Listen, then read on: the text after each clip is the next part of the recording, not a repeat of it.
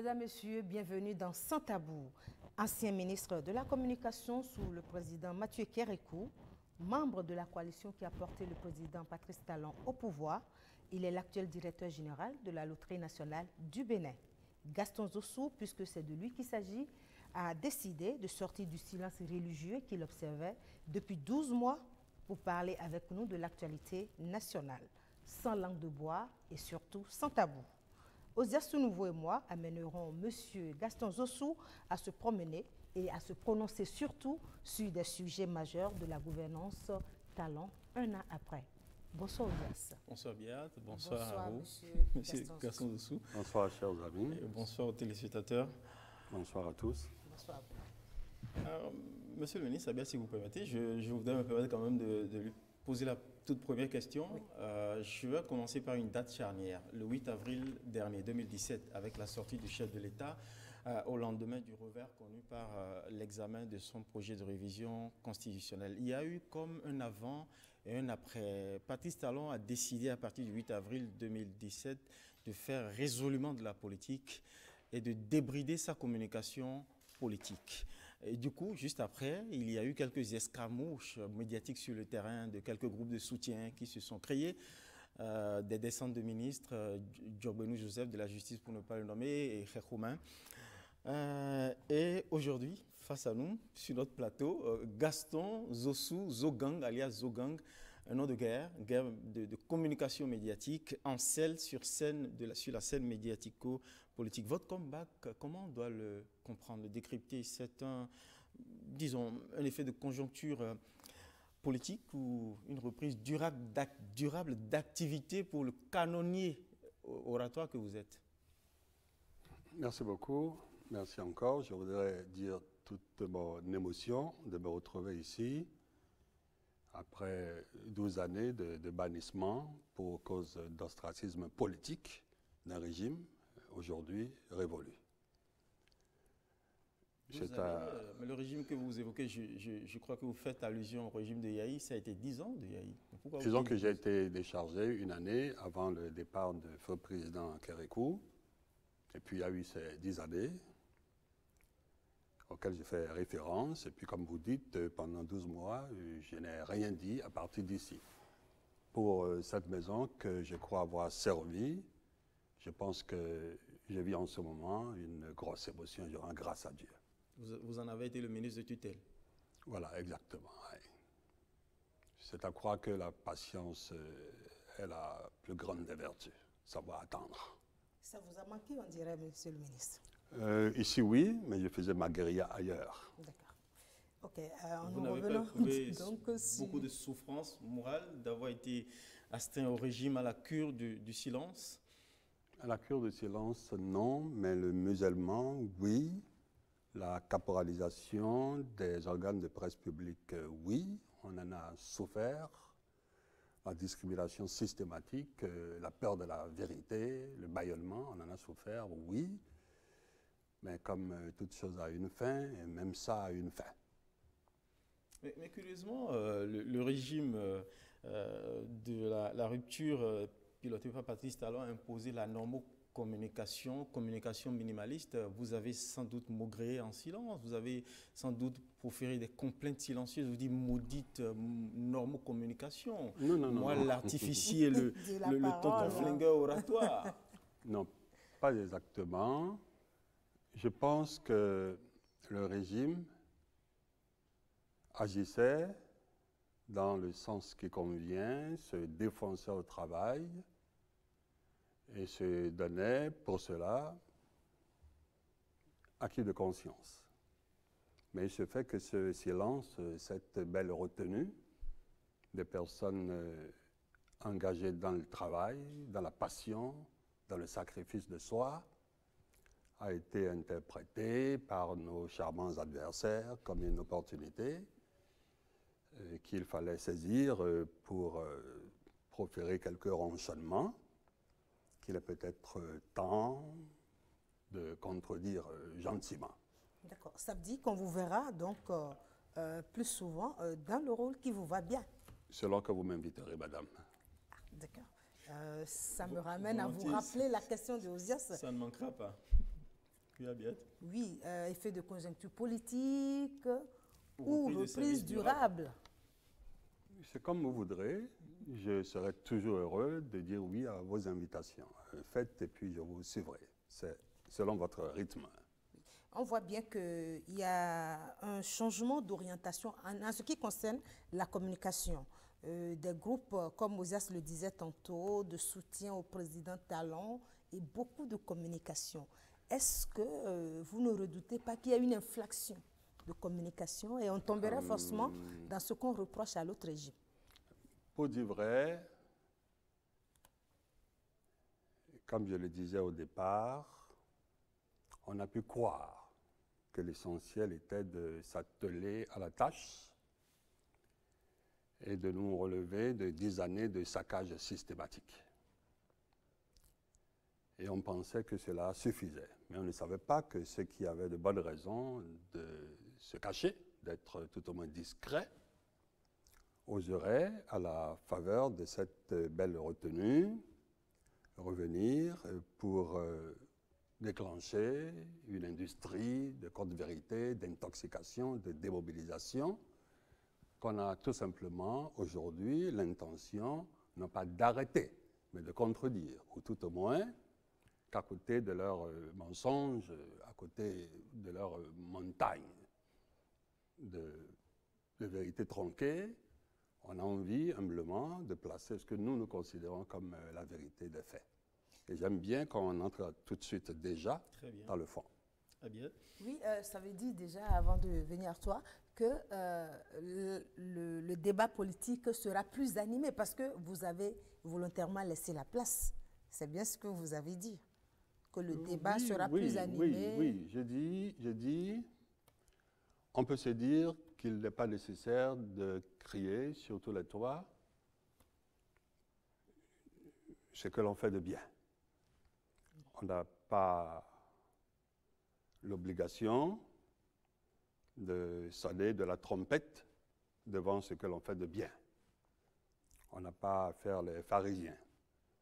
Mais quand, à la faveur d'un tel comportement, d'une telle retenue, d'une telle parcimonie de la communication, il se met en place, comme je l'ai dit, une industrie d'intoxication. On est bien obligé de revenir là, comme pour dire, mais est-ce bien vous-même? Avez-vous bu au fleuve de l'oubli? C'est vrai, c'est vous? On a bien envie de le faire maintenant. Et il me semble que ça va se faire. À la bonne heure, mais il semble que vous y avez prêté flanc, le camp de la coalition présidentielle. Vous avez offert votre dos, l'occasion, l'opportunité providentielle à vos adversaires par un certain nombre de décisions que beaucoup ravalent à de la maladresse pour être gentil. Et c'est dans un contexte de tension sociopolitique que vous avez lancé. Le projet de révision constitutionnelle a été lancé, il n'a pas prospéré. Ce projet, est-ce qu'il n'y a pas eu des erreurs de timing, de prise de décision politique? De casting peut-être aussi. On dirait que l'apprentissage politique a été rude dès le début. Je crains que vous ne m'ameniez à me répéter, voire à piétiner. Je dis que la décence, la pudeur, l'élégance même en politique, pourrait nous suggérer d'agir juste, de faire face aux enjeux et de travailler à les affronter, de faire face aux problèmes et de nous atteler à les régler. Mais face à ce silence, des personnes ont cru que ce silence était que nous étions frappés de mutisme. Et je dis qu'avec humilité, nous voudrions, à côté de ce qu'ils profèrent, placer en regard ce que nous pensons afin que le jugement se fasse. C'est en cela que je suggère que nous descendions dans les dossiers. On descend dans les dossiers. On descend dans les dossiers. Donc, et ce qui fait sortir maintenant le gouvernement, enfin, ce que nous croyons, c'est le rejet du projet de constitution. De révision constitutionnelle. Et à ce propos, entre autres, le président était sur ce même plateau, c'était le 8 avril, pour faire le bilan d'un an Et au sujet de ce rejet, le président disait ceci, que c'était terminé, le projet de révision de la Constitution sous le mandat de Patrice Talon, c'est terminé. Je l'ai cité. Il y a quelques jours, sur une télévision privée, Voice Africa, dans un entretien accordé à l'Infoca, et qui a été rediffusé sur d'autres chaînes, le président disait aussi à ce même sujet, j'attendrai, le temps n'était pas à ma faveur, j'attendrai que la composition des institutions soit plus favorable à la révision et aux réformes. À la révision de la Constitution et aux réformes. Qu'est-ce qu'on doit retenir, monsieur? C'est là tout le sens de la formule. Discours à deux vitesses. C'est là tout le sens de la fameuse formule « j'aviserai ». En fait, on avise à la fin de tout. On n'avise pas à la fin. On n'avise pas avant. On avise à la fin de toute chose. D'accord? Donc, on s'en tient à la formule « j'aviserai », placée dans la bouche de qui de droit. Non, là, nous sommes au sujet de la réintroduction ou non du projet de constitution, de révision de la Constitution. Et nous avons deux paroles. Je vous demande, vous, en tant que... Je ne sais pas. Si vous voulez on reprécise voilà. la dualité de la parole présidentielle au sujet du mandat unique en vérité inscrit au fronton de révision du projet de révision constitutionnelle, il en avait fait un objet de foi, une conviction. D'ailleurs, il a dit « Ma conviction pour le mandat unique n'est pas liée au choix des députés et quoi qu'il arrive, je ferai le mandat unique. » Et ça a fait l'objet d'un pacte au sein de la coalition qu'il a portée au pouvoir. Entre les deux est-ce que vous ne pensez pas que Chers ça amis, peut décrédibiliser la parole chers amis, publique? Allons dans le fond de la question. La proposition de révision de la Constitution, si vous le permettez, je vais procéder par analogie ou par comparaison ou par métaphore. Je vous présente un colis noué, avec là-dedans des articles de toutes sortes, des objets. Je le soumets, vous, parlementaires, pour que vous exerciez votre droit d'inventaire. J'ai dit dans un premier temps, faites vite, s'il vous plaît. Vous dites, non, je ne fais pas vite. Je dis, OK, prenez votre temps et faites. Non, même en prenant notre temps, on ne fait pas. On ne dénoue pas le colis pour en extraire ce qui est mal et puis maintenir ce qui est bien, ou même pour rajouter ce qui est bien qui ne s'y trouvait pas. On garde le colis fermé et on le jette au visage de celui qui l'a proposé. Dans le fond, ce n'est pas le contenu du colis qui dérange, c'est la main qui le porte. Quand on a en face de soi des personnes qui refusent de regarder, d'examiner, de trier, de discerner entre le bien et le mal contenu dans le collier, et qui le rejettent, ce n'est pas un rejet pensé, c'est un rejet de principe. C'est un rejet pour le rejet. C'est un rejet pour la délectation malsaine qu'il y a à dire non, à bloquer. C'est une manière de cadenasser et de dire non au mouvement. On l'accepte et on classe le dossier. Ce n'est pas parce qu'on a classé un dossier que le monde ne continue pas de bouger. Et on avise seulement à la fin. Donc pour moi, la formule, j'aviserai. À quoi vous liez cette cette posture du rejet de ce projet de révision? Pourquoi est-il oui. que je revienne dessus? Je dis, c'est un rejet systématique. C'est un rejet pour le plaisir qu'il y a à rejeter. C'est un rejet pour la délectation qu'il y a à bloquer. Mais pourtant, il y a une sorte d'unanimité pour reconnaître la nécessité de la révision de la Constitution. Mais pourquoi voulez-vous que je pose un diagnostic grave? Pourquoi voulez-vous que j'utilise des mots plus forts que ceux que j'ai choisi d'utiliser dans cette circonstance? Je dis... C'est le paradoxe, en fait, qu'on soulève.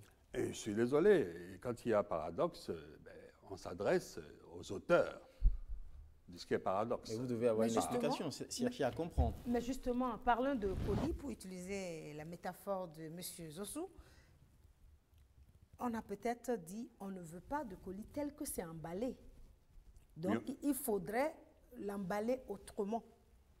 Ah, la Donc, querelle est sur l'emballage? Non, parce que vous avez utilisé une métaphore et j'utilise la même métaphore que vous. Restons Vous dans avez la dit que le métaphore, oui. colis, on ne l'a pas déballé, on a rejeté le colis non déballé.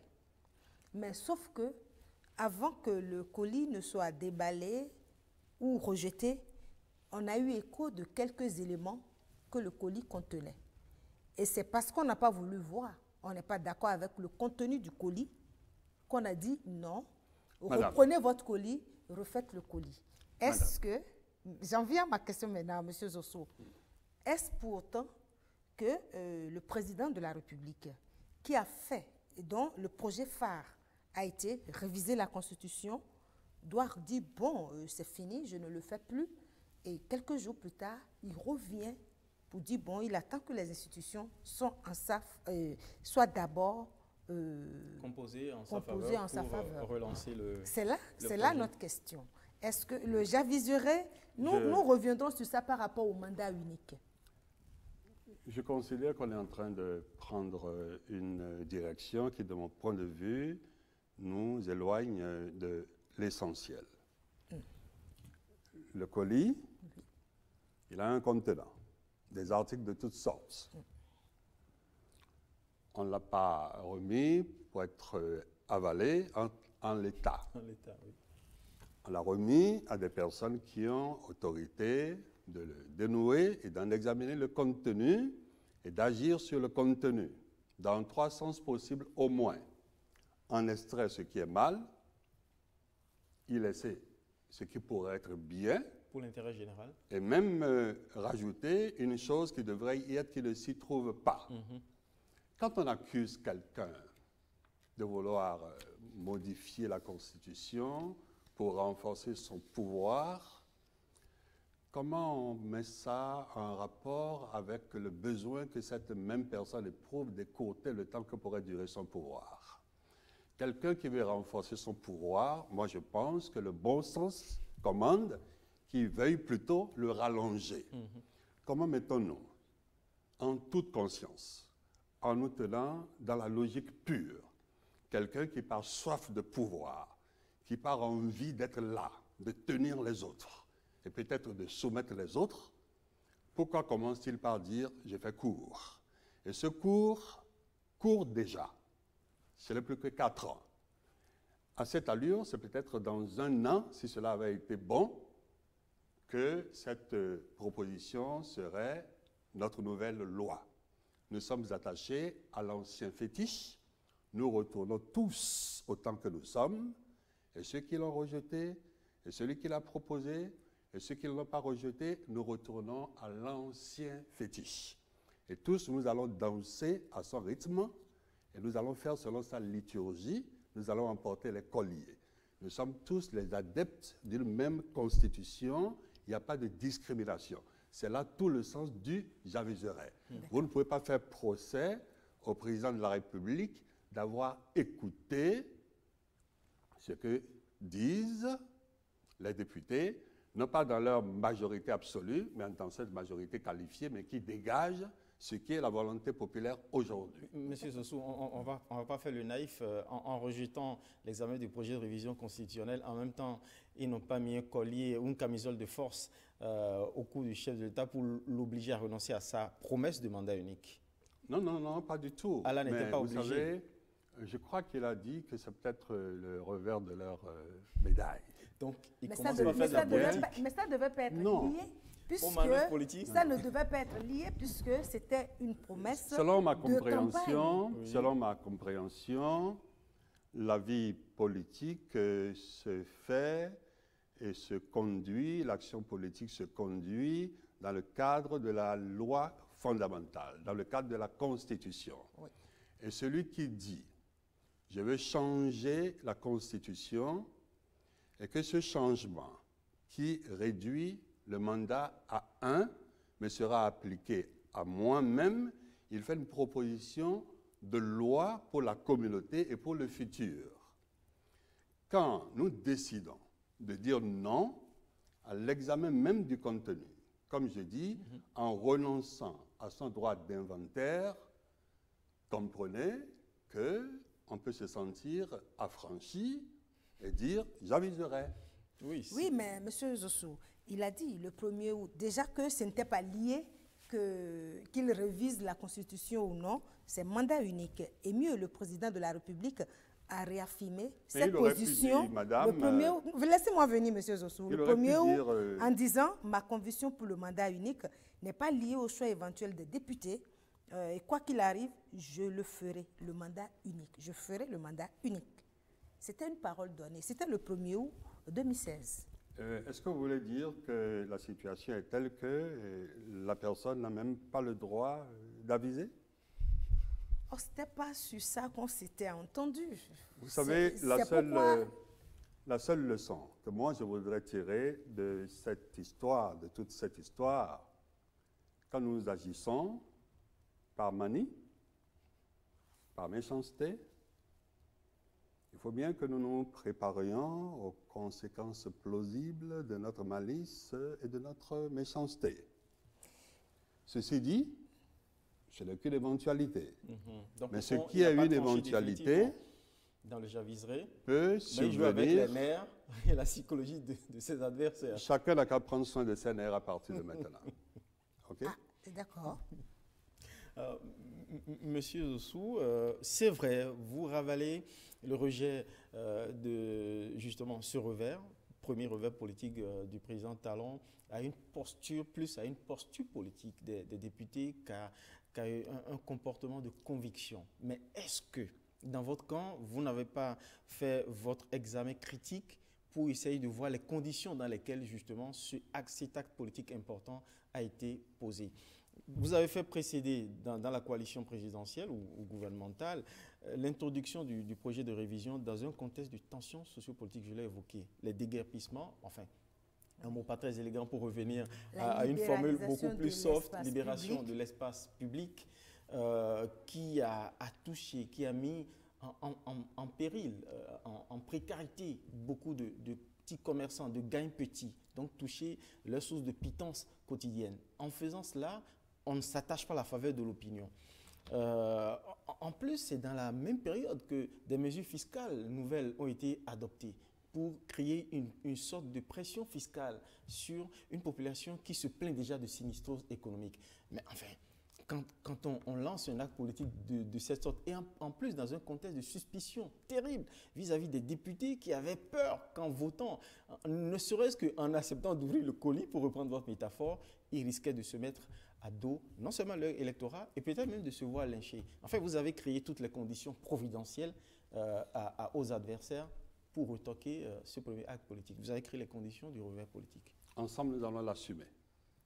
C'est toute bonne réponse. Donc, vous assumez le déguerpissement et ses conséquences. Bien sûr, c'est raisonné. Libérer les espaces publics pour deux raisons.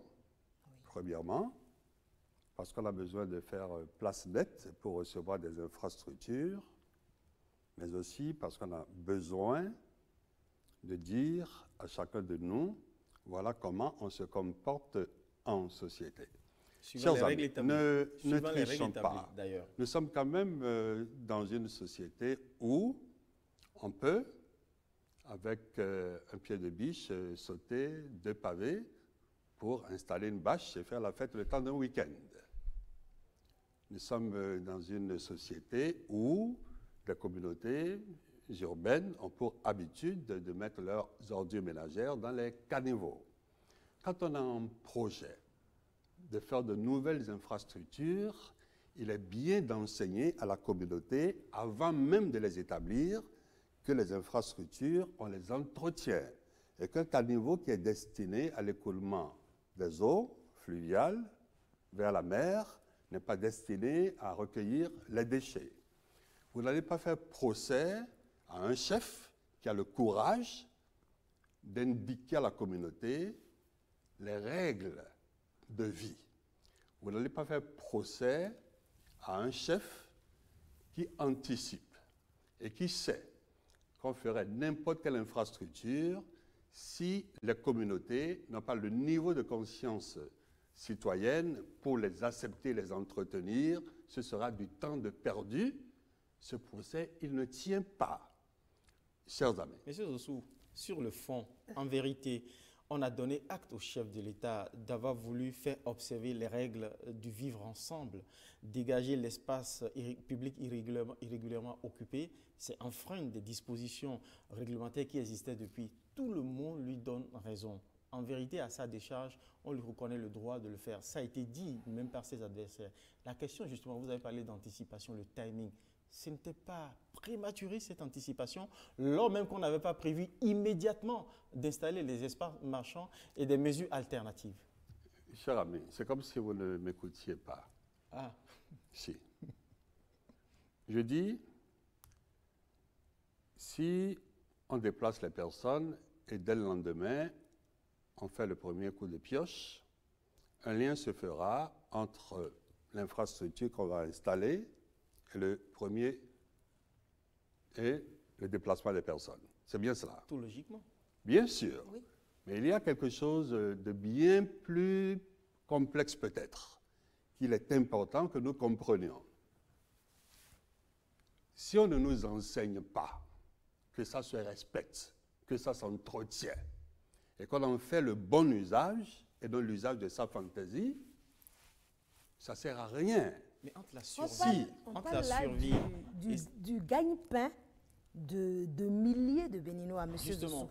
Oui, entre la chers survie amis, et cette pédagogie forcée, Chers ou forcée, le choix Chers du bon amis, sens doit primer. qu'est-ce que vous auriez préféré? Que l'on continue Non, pas d'être... vous permettez? Oui, je vous en Oui, prie. allez-y. Qu'on continue d'être dans un pays où, si vous le voulez, lundi, à pareille heure, entre l'Étoile Rouge et à Kosombo, on va à vitesse normale sur le terre-plein central. Vous ne pensez pas qu'il est nécessaire de faire quelque chose pour relever notre conscience collective? Nous sommes d'accord, Pour monsieur Zossou. un instant. Beaucoup de Un gens instant. applaudissent même. Permettez un instant. Vous ne pensez pas que nous avons quelque chose à faire pour relever notre niveau de conscience, la perception que nous avons, le rapport que nous avons au bien public? Vous ne pensez pas ça? Pourquoi faites-vous un procès à celui qui prend le risque? Parce qu'il en a le courage, parce qu'il n'est pas un carriériste, parce qu'il ne vient pas tricher, parce qu'il ne vient pas flatter pour finalement trahir. Pourquoi faites-vous le procès d'enseigner ce qui est juste, de montrer ce qui est juste? D'où vient le procès? D'où vient le procès? J'ai dit tout à l'heure, pourquoi faites-vous la sourde oreille? Vous savez, vous, bien entendu, que pour faire les bâches, pour faire les fêtes, on saute les pavés. Vous savez bien que dans des quartiers, on jette les ordures dans les caniveaux. Avant de faire des pavés, avant de faire des caniveaux, il faut enseigner aux communautés à les respecter. C'est ce qui est fait. S'il y a un prix à payer sous le nom d'impopularité, on le paye si on est un homme d'État. Mais si on est un carriériste politique, on ne le fait pas. Les politiciens de bas étage regardent la prochaine élection, les hommes d'État regardent la prochaine génération. Nous sommes dans la logique qui consiste à regarder la prochaine génération. Chers amis, Monsieur Zossou. j'ai entendu un Monsieur de Zossou, mes amis là, dire... nous parlons du gagne-pain. Et qu'on saute les bâchers, qu'on saute les pavés, on est d'accord. Qu'on enseigne la population à respecter l'environnement, on est d'accord. Mais on parle de ce qui nourrit des milliers de Béninois. Là, on est en train de parler d'éducation. On est en train de parler... Ce qu'on interroge, monsieur Zossou. Madame, celui qui vend des joints de cocaïne, qui dévaste des familles, c'est aussi son gagne-pain. Non. Un instant. Allez-y, monsieur. Celui qui vend des mégots de cocaïne ou de chanvre indien, c'est aussi son gagne-pain. Oui. Celui qui braque une banque aussi, c'est son gagne-pain. Il n'a pas de baraque au bord de la voie, les braqueurs. Non, le parallélisme, c'est que vous Il semblez dire que quand c'est le gagne-pain, il n'y a plus de faute possible. C'est ce que vous semblez dire. Et c'est cela que je vous prie de ne pas continuer à dire, parce que ce n'est pas bien pour des personnes qui pourraient ne pas défendre leur position, d'écouter ça. Vous semblez dire que dès lors que c'est bon pour moi, ça peut détruire les autres. Parlons-en. C'est comme les médicaments qui font mal. Oui, Monsieur Zossou. Parce que les médicaments qui font mal enrichissent quelques importateurs et quelques faussaires, nous allons dire, c'est leur gagne-pain. C'est comme l'essence qui est vendue en bordure de rue. J'ai peur qu'il y ait des malentendus. Il n'est aucunement dans nos... Si on peut me considérer qu'on a des postures derrière nos interrogations, il n'est nullement question de cautionner ou de valider, de légitimer des comportements non seulement asociaux, mais illégaux. La question n'est pas là. La question, c'est l'opportunité de l'action publique. On interroge l'intuition, le sens social, l'intuition économique, le doigté politique de la décision et justement l'opportunité du timing de l'action et la coordination avec des mesures alternatives qui auraient dû être prises. Tenez par exemple, pourquoi vous n'avez pas pris l'hypothèse de ce schéma d'action? On décide le mois qui suit de créer, de commencer, ou d'installer même, on est sûr d'installer les espaces marchands. Et le mois qui précède, j'ai bien dit le mois qui précède, on fait déplacer les gens, on les installe le mois qui suit, mais là, on fait agir la force publique. Ça, c'est de l'ordre du possible où je fais de la politique fiction. Mais c'est ce qu'on dit en fait. C'est pour tenir compte, pour avoir une certaine sensibilité justement pour le nombre de personnes dans l'informel, de l'économie informelle qui vivent justement de ces espaces-là dont les a déguerpis. Et puis pour aller dans le sens du OSIAS, Monsieur Zossou, la dame qui vend des fruits au bord de la voie, les braqueurs n'ont pas de baraque au bord de la voie. Nous parlons de ceux qui vivent de ces activités. Ça fait plus de 3 mois qu'ils ont été déguerpis. On les a déguerpis quand on parle de timing. Alors, on a précipité en janvier, qui plus est. Pourquoi alors? Si c'est pour que madame, les espaces restent comme ça et que les gens meurent de faim, c'est un problème. Vous savez ce que je pense très sincèrement, chers amis. J'espère que vous savez que le gouvernement a prévu, par exemple, d'accorder à ces acteurs de l'informel le dispositif appelé ARCHE, l'assurance de renforcement du capital humain, qui comporte l'accès à la microfinance, l'accès à l'assurance maladie, à l'assurance retraite, enfin, rien que de bonnes choses. Mais la question, c'est l'orchestration du timing, c'est toute la question qu'on pose. Je ne sais pas pourquoi vous ne voulez pas tout simplement me donner acte de ce que je dis. Je dis c'est fait de façon intentionnelle pour la pédagogie. Maintenant, si vous estimez que la pédagogie n'est pas utile, qu'il ne faut pas faire en sorte que nos mamans qui taillent le coco sur la route de Cotonou à Porto-Novo n'affûtent pas leur coupe-coupe sur les garde-fous métalliques, mais considèrent que ce sont des infrastructures. Si vous n'acceptez pas qu'on élève leur conscience à comprendre cela, loin de nous. Et que... Un instant. Parce qu'il semble que votre argumentaire consiste à dire, puisque quelqu'un a ça comme gagne-pain, on continue.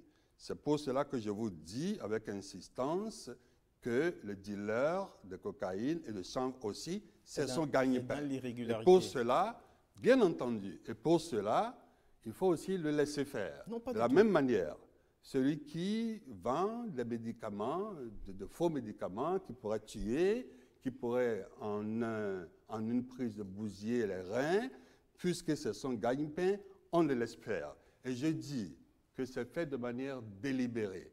Et c'est parce qu'il ne s'agit pas de politiciens calculateurs à trembler dans la perspective d'élections à venir. Il ne s'agit pas d'une personne qui veut flatter. Il s'agit d'une personne qui veut atteindre un résultat. Et puis, chers amis, pourquoi voulez-vous que nous puissions rebâtir en une année ce qui a été démoli en 10 années de saccage, de pillage? Le temps d'attendre un peu. Le temps d'attendre et de donner de place. Des filets de sécurité et des soupapes. Parce que c'est des Béninois, M. Zossou. Mais tous ne vendent pas de la cocaïne. J'insiste sur ce. Parce que pour ceux qui ont des salaires, vous voyez ces gens-là, grève désormais sur les petits salaires que nous avons. Vous savez l'impression que j'ai? Si vous permettez. Non, monsieur Zosso. Vous vous délectez à vous plaindre sur le sort de personnes qui sont en train de livrer bataille pour vivre. Ces personnes-là livrent bataille pour vivre. Il semble que vous avez pris pour rôle de vous plaindre de leur sort. Ces personnes-là, moi j'ai les moyens de savoir que ces dames, que ces hommes livrent bataille et s'ajustent à la loi et continuent de vivre. Ces personnes ne meurent pas. Mais il y a de grosses difficultés. Il y a de très grosses difficultés dans notre société aujourd'hui. Justement, il y a le contexte économique si je peux me permettre, qui n'était pas favorable non plus. Non. On n'a pas besoin d'aller loin. Chacun n'a qu'à se tenir où il est, de regarder avec les yeux et de laisser son cœur sensible. Et il se rendra compte du désastre. Si vous permettez, je vais être un tout petit peu personnel. Je vous en prie. Je suis à la tête de la Loterie nationale du Bénin. Je dis non à 50 enfants qui me demandent un stage avant d'avoir le bonheur de dire oui à un seul enfant. Pour un stage de 3 mois. Je dis non à 50 enfants qui veulent un stage avant d'avoir la grâce de dire oui à un enfant. On suppose que c'est pour de bonnes raisons. Quant à ceux qui veulent un emploi à durée indéterminée, je dis non à 100 avant de pouvoir avoir le privilège et la grâce de dire oui à un enfant. Il arrive qu'en fin de stage, un tout jeune entre chez toi et te dise « Mon stage, ça finit la semaine prochaine. Je fais quoi ?» Et éclate en sanglots. Alors quand ces enfants pleurent, leurs parents pleurent, les familles pleurent, les populations souffrent. Ça, c'est de l'authentique. Ça vous fend le cœur aussi. Ça fend le cœur. Ça, c'est de l'authentique. Mes chers amis, la douleur que nous ressentons aujourd'hui, j'en suis certain, j'en suis convaincu, ce sont les douleurs d'enfantement. La femme hurle de douleur. Cette douleur n'a pas de nom. Elle est extrême. Mais le bébé sortira et va gigoter de santé. C'est une promesse de vie. C'est une promesse de relèvement. Un de mes amis disait, dans une assemblée il y a quelques jours, qui veut bâtir haut, creuse profond. Qui veut bâtir haut, creuse profond. Creuser profond, aujourd'hui, c'est faire des études, c'est éduquer, c'est trouver les bonnes têtes, c'est motiver, c'est organiser, c'est faire de la projection, c'est faire des arbitrages compliqués, c'est courir chercher des fonds à l'étranger, c'est faire bonne place à toute forme d'investissement, c'est faire place nette. Quand vous allez dire à un étranger, à un investisseur, je vais faire tel pavage dans telle ville et que la place n'est même pas visible parce qu'elle est encombrée, c'est un plus dur. Nous sommes à la phase où l'effort il est fait, mais il est en fondation. Celui qui passe ne voit pas. Mais dans quelques petits mois, vous verrez le rez-de-chaussée et vous verrez les étages successifs. Et ceux qui, aujourd'hui, se plaignent. Au gouvernement. Pas au gouvernement. Pas au gouvernement, non. À la communauté, aux populations, à ces enfants-là, à ces femmes-là. C'est dans l'ordre, c'est dans la bonne organisation. C'est en conformité avec les règles, la décence, la netteté, la propreté que nous ferons ce pays. Ce n'est pas dans la flatterie, ce n'est pas dans la démagogie. Ce n'est surtout pas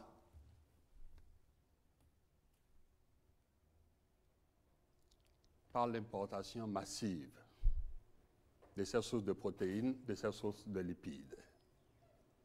Pour chaque tonne de viande que nous importons, nous détruisons un emploi.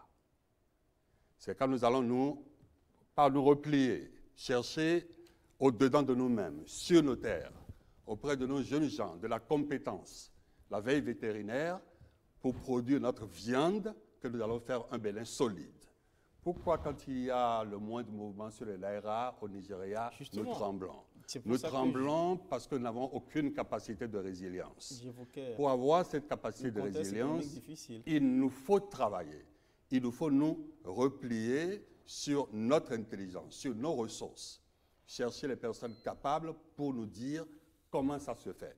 La politique ne peut plus être comment je reste le plus longtemps possible. Oui, mais qu'est-ce que j'ai dit aux populations que pour être là le plus longtemps possible? Le 8 avril dernier, le chef de l'État a dit qu'il avisera, il a même ajouté, appuyé désormais, comme il m'y contraint, je ferai désormais résolument de la politique. On y est, donc il doit tenir compte. Vous devez ensemble autour de lui tenir compte du contexte. Et donc savoir, on fera de la politique, savoir juger et juger de l'opportunité du moment de certaines actions politiques. On fera de la politique. On va évoluer. On fera de la politique avec les politiciens, mais on ne fera pas de la politique avec les enfants de ce pays. C'est-à-dire? C'est-à-dire, monsieur le... C'est-à-dire que les personnes malignes qui, par goût du pouvoir, déplacent des pions, on va les déplacer sur le même échiquier qu'eux. Mais les populations, elles, on va les respecter. Seules les populations sont respectables dans leur souffrance. Tout le reste est dérisoire. On sent un peu d'amertume chez vous quand vous parlez, quand vous évoquez la question des manœuvres politiques, du coup reçu par votre camp présidentiel après le revers connu par le projet de révision constitutionnelle. Mais vous n'êtes pas au bout de vos peines parce que de vos rangs sont partis même pour vous porter cette estocade des proches, des membres de la coalition, à l'Assemblée même, qui ont voté contre. Et ce n'est pas fini. La saignée est partie du gouvernement. Candidat Zanaï, un poids lourd parmi les soutiens du chef d'État qui est parti. Vous avez fait des allusions tout à l'heure, moi je sors le nom. Sébastien Diavon, qui a soutenu le chef de l'État, est tombé presque en disgrâce. Il a pris position, il est tombé dans la défiance contre le chef de l'État. Ce n'est pas un peu trop politiquement comme coup à recevoir? Que reste-t-il de la cohésion de la coalition qui a porté le président Talon au pouvoir? Chers amis, vous avez un gros avantage. Bien souvent, vous parlez de choses dont vous ne connaissez qu'une petite partie. C'est hélas ainsi de la praxis politique. Oui, c'est vrai. Bien souvent, vous parlez de choses dont vous ne connaissez qu'une petite partie. C'est vrai. Mais c'est des faits qu'on vient d'évoquer. Oui, bien sûr. Glissons dessus. J'ai l'inconvénient de devoir me taire sur ça. Sur la démission de candidat Zanaï et sur les bisbilles avec Adjavan? J'ai pas grand-chose à dire. J'ai pas grand-chose à dire. Mais quel est l'impact, justement, on est en politique, quel est l'impact ces événements-là peuvent avoir sur, justement, le camp politique qui doit soutenir, justement, l'action du gouvernement? Est-ce qu'on ne va pas assister à une démobilisation des troupes, alors même qu'on sait déjà même que par rapport au javiseret, au fameux javiseret du chef de l'État, il y a des ambitions pour lui succéder qui se verraient contrariées au sein même de son gouvernement, quand on sait qu'il y a au sein de son gouvernement des gens qui avaient aussi, qui ne boudaient pas le fauteuil présidentiel et qui ont même compétit. Qu'ils avisent. Qu'ils avisent aussi. Oui. Est-ce que ceux qui sont là, ce n'est pas discipline du soldat, comme vous aimez le dire, ou vraiment parce qu'il reste encore de la cohésion? Chers amis, je ne comprends pas. Je ne comprends pas. Vous faites semblant de ne pas comprendre. Non, non, je ne peux pas vous comprendre. Il semble que vous faites une résistance systématique. À quoi? À quoi? Oui, parce que quand une parole ne va pas dans le sillage de ce que vous voulez entendre, c'est un peu la mouche on attend juste des réponses de clarification par rapport à des événements politiques qui ont marqué la gouvernance Talon et qui ont des répercussions. D'ailleurs, lui, il a décidé, il a pris acte, il a réagi, il n'a pas pris ça comme un joli cadeau. Et c'est pour ça qu'il dit désormais, il fait résolument de la politique. On y est, on est en plein politique, manœuvre politique. Comment vous vous organisez autour de lui aussi? Puisque désormais, il va faire la politique. Les législatives s'annoncent. Candidat Zanaï est déjà sur le terrain. Hier, partenaire, soutien, aujourd'hui sans doute adversaire. Et il n'est pas le seul. Il a grossi le rang des mécontents, Sébastien Diavon. Et il y a déjà vos adversaires traditionnels, ceux que vous avez renversés, le camp Yahi, avec un commis coutier qui vient annoncer ici que votre champion Talon, il est un soleil couchant, pendant que lui, il est un soleil levant. Ça ne vous fragilise pas le moral? Ça ne démobilise pas vos troupes? Comment vous vous organisez? Vous savez, je voudrais vous le dire très sincèrement. On l'espère. Je suis venu là Je vous rappelle le titre de l'émission, c'est Dans- Sans C'est tabou. sans tabou. dans l'intention de dire et d'expliquer que nous ressentons la douleur des populations qui souffrent vraiment, chacun là où il se tient, sauf à s'endurcir le cœur, on le sait. D'accord. Mais ce qui se dit là, ce que vous dites là, personnellement, je ne ressens rien. Une équipe joue, sur 90 minutes, il arrive qu'il y ait des changements pour diverses raisons. Quel est le problème? Vous voulez que je dise une chose, quoi? Qu'est-ce que vous voulez que je dise? Qu'il vaut bien être seul que... Comment vous vous organisez politiquement aujourd'hui au sein de la coalition présidentielle face à de telles défections, face à de telles secousses? À la limite, vous me direz que j'exagère, mais j'avance. De quoi il s'agit? De quoi il s'agit? Le départ de Candidat Zanaï de l'équipe gouvernementale, la défiance d'un Ayavan, Sébastien, vos adversaires qui en tirent les marrons du feu. Qu'est-ce que vous voulez et qui obtenir de moi? s'organisent. Que je me mette... Le chef d'État a dit ceci. Vous voulez que je me mette à les dénigrer? Non, pas du La tout. question, C'est la question était vous précise. organisez. Comment vous organisez Parce que pour faire désormais, pièce? Le chef d'État a besoin le d'une chef majorité d'État a forte. annoncé qu'il fera de la politique. Et il a besoin d'une Et il a- majorité forte. Et il a pour son besoin action. des gens autour de lui pour faire la politique avec lui.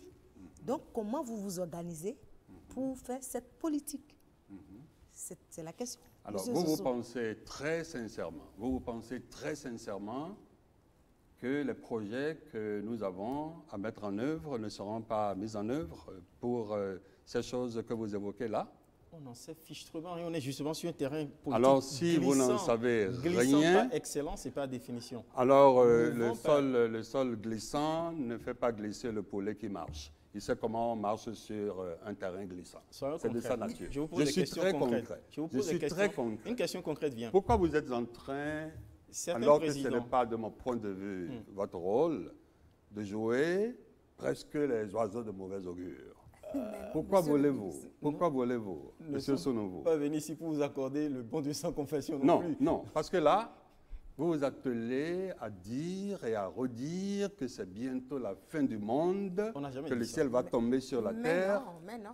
Vous venez de dire que ce qu'il y a de meilleur sur la terre nous a lâchés et qu'il ne nous reste plus qu'à nous suicider. On n'a Vous jamais- voulez m'amener à dire qu'il Monsieur vaut mieux être Zosso. seul que d'être mal accompagné? Voilà une réponse, par exemple. Non, ce n'est pas une bonne réponse. Ah ben vous l'avez Ah, mais sorti. vous l'avez dit, monsieur Bien Zosso. sûr, oui, parce que parfois, j'aime accéder aux demandes insistantes. Vous êtes des prêt à personnes que affronter, j'ai par face à exemple, moi. voilà, ces personnes, ces personnalités politiques qui vous ont lâché? Vous êtes prêt à vous organiser pour les Sur le affronter? terrain Mais politique, pourquoi vous évidemment. demandez, cher ami? Et comment Non, vous là, ça organisez? devient presque de la provocation amicale de votre part. Pourquoi demandez-vous si nous sommes prêts À les affronter. à affronter ce que vous décrivez là, si,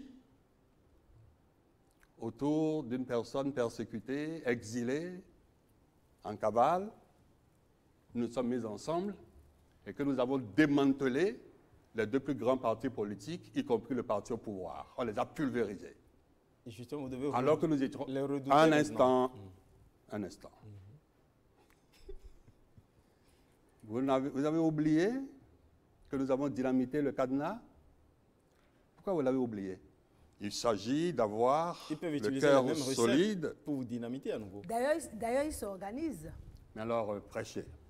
Non, Prêchez la fin du monde. Monsieur mais Zosso, pas du tout. Ici, je vois, il y a une secte On vous- apocalyptique. On vous amène Prêchez. à du réalisme politique. Alors, vous pensez que...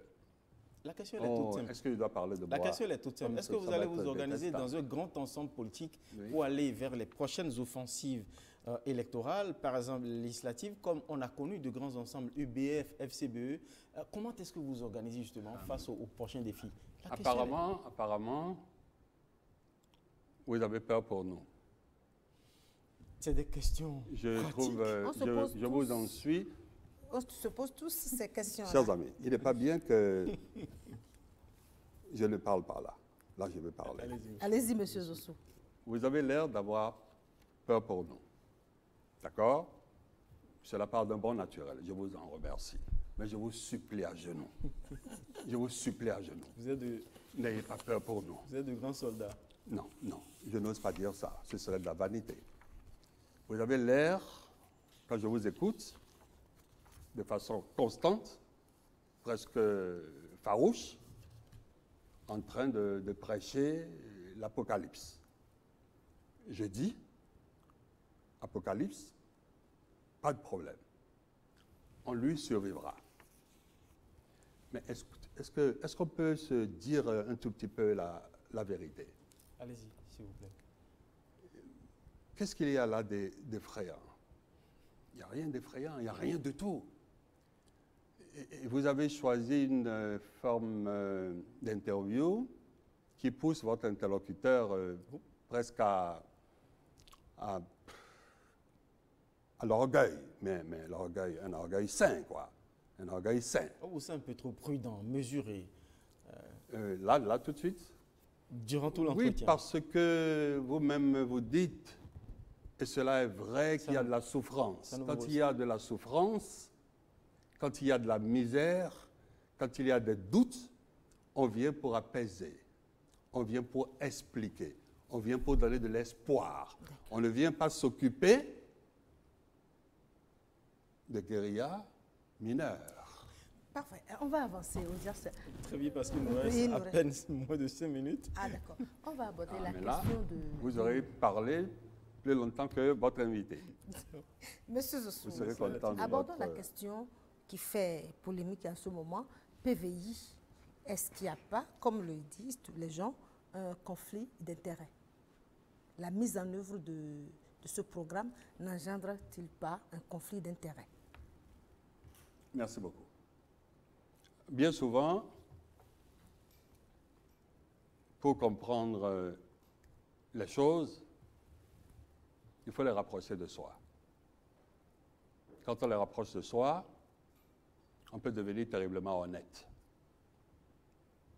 Figurez-vous, madame, monsieur, que moi, Gaston Zossou, j'avais 3 kiosques et que j'étais distributeur des produits de la Loterie nationale du Bénin, que j'ai dirigé avec des partenaires et mes enfants. Et puis en juin dernier, comme cela est arrivé, on me nomme directeur général de la Loterie nationale. Je mets le feu à mes kiosques, que chacun en sa conscience réfléchisse. Je ne veux pas votre réponse. Votre réponse ne me servira à rien. Non, on ne veut pas répondre, on veut vous poser d'autres questions, monsieur Zossou. Un instant. Oui. Je souhaite tout simplement que les personnes qui me font l'honneur de m'écouter se mettent en position. C'est quoi le PVI? C'est une chose qui existe et qui a toujours existé. Autrefois, c'était BIVAC, c'était Cotecla, c'était Bureau Veritas. Et périodiquement, ces personnes faisaient compétition et l'une d'entre elles enlevait la mise et faisait ce contrôle. Qu'est-ce qui a changé depuis et qui fait l'objet de paroles et d'enflux de paroles? Qu'est-ce qui a changé? Le capital étranger est devenu capital national et ça fait mal. Quand le Suisse gagne, c'est bon. Quand le Français gagne, c'est bon. Quand l'Américain gagne, c'est bon pour nous. Mais quand le Béninois comme nous va gagner, ça devient peut-être douloureux pour une certaine catégorie d'entre nous. Qu'est-ce qui a changé d'autre? Le progrès de la technologie. On veut faire quoi? On veut vérifier la valeur de la marchandise au départ. On veut s'assurer que ce qui est dit être dans le conteneur est réellement ce qui est dans le conteneur. Ensuite, on veut savoir que le conteneur va à sa destination. S'il est fait pour être déversé ici, qu'il soit déversé ici, mais s'il est en transit, qu'il aille vraiment en transit, à la faveur de la géolocalisation satellitaire. Le PVI existait. Quand le promoteur du PVI n'avait pas de querelle avec le gouvernement d'antan, c'était une bonne chose. Quand la querelle a éclaté, c'est devenu une mauvaise chose. Aujourd'hui, on rend justice. On met en œuvre les décisions de tous les tribunaux qui se sont penchés sur cette question froidement. Sinon, vous allez me servir la liste des citoyens de ce pays qui n'ont pas droit à la justice. C'est aussi simple que ça. Maintenant, si quelqu'un pense qu'il y a connivence, qu'il y a fraude, Justement, en fait, il y a les spécialistes du crime, on s'adresse aux tribunaux qui viennent regarder. Mais ils ont déjà regardé cette affaire sous toutes les coutures et on dit leur verdict. Pourquoi on continue de ronchonner? Et le plus douloureux, c'est le profil de ceux qui ronchonnent. Qui sont-ils, M. Zosso? Ce sont ceux qui, pendant de longues années, ont fait le plus grand tort à notre pays. Ils l'ont divisé, ils l'ont pillé à l'extrême, ils l'ont saigné. Ils l'ont même, je dirais, blasphémé. Si. On avait honte. On avait honte. On avait honte. Et vous le savez. Vous le savez. Vous en avez désespéré, vous. Vous, personnellement, M. Soulougo, vous en avez désespéré. Chers amis, aujourd'hui, c'est un nouveau soleil qui se lève. Aujourd'hui, c'est un nouveau soleil qui se lève. De ma position, humblement, 3e rang, 4e rang même du centre, de là où ça se joue, je vois. Il y a des personnalités de ce pays qui se donnent 2 heures, 3 heures de sommeil par nuit pour pousser les dossiers. Et la fondation est maintenant profonde et stable. Les semelles sont mises, les déviers sont en place. L'édifice sera érigé. Et ceux qui ont ronchonné, de bonne foi, vont sourire à nouveau. Et je dis, il s'agit de douleurs d'enfantement. Mais il est du rôle des sorciers de dire que c'est plutôt le choléra, que c'est une mauvaise colique mortelle, que c'est une perforation intestinale. Mais nous, on sait. On peut me dire c'est une constipation caraminée. On peut me dire que c'est un mal, mais moi, je sais. De mon point d'observation, je sais que ça se construit. Je sais qu'il y aura pavage, asphaltage, des routes, des voiries de toutes nos villes principales. Et des emplois?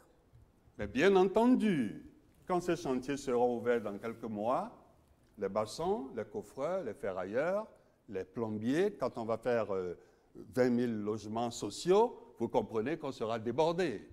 Et que les bonnes dames qui servent à manger vont accourir. Et que ça va être vraiment le nouveau départ. Mais ça se prépare en profondeur. Ce n'est pas du saupoudrage, ce n'est pas de l'agitation. On va commencer par voir ça. On va commencer par voir ce que vous êtes en train de promettre dans à peu près combien de temps? Dans quelques mois. Et une voix plus autorisée que la mienne vous en parlera de façon plus précise dans quelques petites heures. J'espère à partir d'ici même. Monsieur Zosso, malheureusement, on sent sur la fin que vous avez tellement envie de partager, de convaincre.